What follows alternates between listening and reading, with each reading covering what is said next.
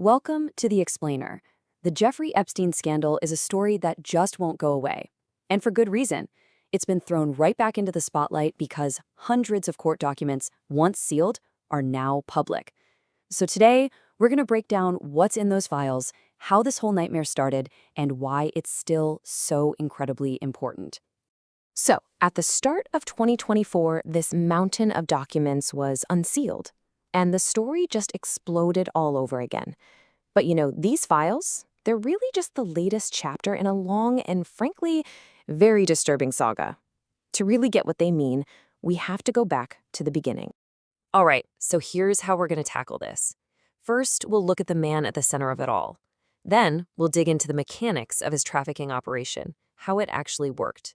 After that, we'll explore the powerful network that kept him protected, the legal deal that sparked so much outrage, and finally, what these newly released files are actually telling us. Okay, so first things first, who exactly was the man at the absolute center of this storm? On the surface, Jeffrey Epstein was this brilliant, kind of mysterious financier who was friends with pretty much everyone in the highest circles of power.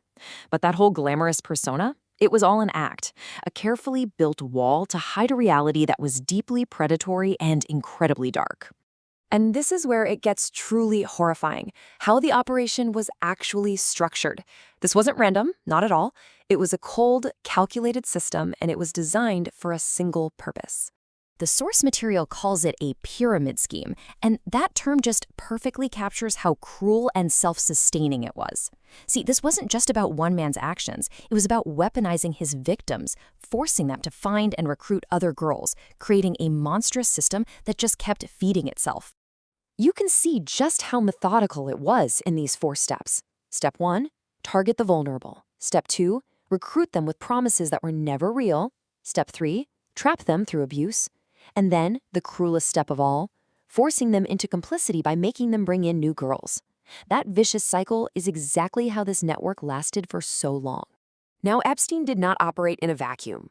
A huge part of his power, and what shielded him for years, was his absolutely extraordinary network of powerful, well-connected people. He built these relationships by having a constant stream of high-profile guests come through his Manhattan mansion, his ranch in New Mexico, and, of course, his infamous private island. He created what some have described as this dark, twisted fantasy world for the global elite. The documents mention a truly staggering list of names from all over the world of politics, business, and even academia. Now, this is really, really important to say. Being mentioned in these files does not mean someone did anything wrong. Our goal here is simply to show you what the source material reveals about the sheer scope of his influence.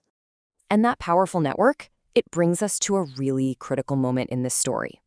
The initial and frankly shocking failure of the justice system to actually hold Epstein accountable. So, even though the FBI had identified dozens of victims, Epstein was somehow offered what everyone now calls the sweetheart deal. The terms were so ridiculously lenient that it caused immediate outrage, and it's still considered one of the most controversial plea deals in modern history. I mean, just look at this disconnect. It's staggering. On one side, you have the federal investigation, a massive trafficking ring, dozens of victims, and the potential for life in prison. And on the other side, what actually happened, he pleaded to lesser state charges, served just 13 months, and got this sweeping immunity from all federal prosecution, not just for him, but for his alleged co-conspirators too. So all of that brings us right back to today. Why is this story completely dominating the headlines again? Well, it's all because of this huge release of court documents that has pulled the curtain back one more time. Now, here's a crucial point you have to understand. These files are not new criminal charges. They come from a civil lawsuit that was filed years ago by one of his victims, Virginia Giuffre, against Ghislaine Maxwell. A judge just ordered them to be unsealed, which is why we're all seeing them now for the very first time. And the scale of this is just immense. We are talking about over 900 pages of depositions, emails, and testimonies being made public. That sheer volume of information is exactly why this story has grabbed the world's attention all over again.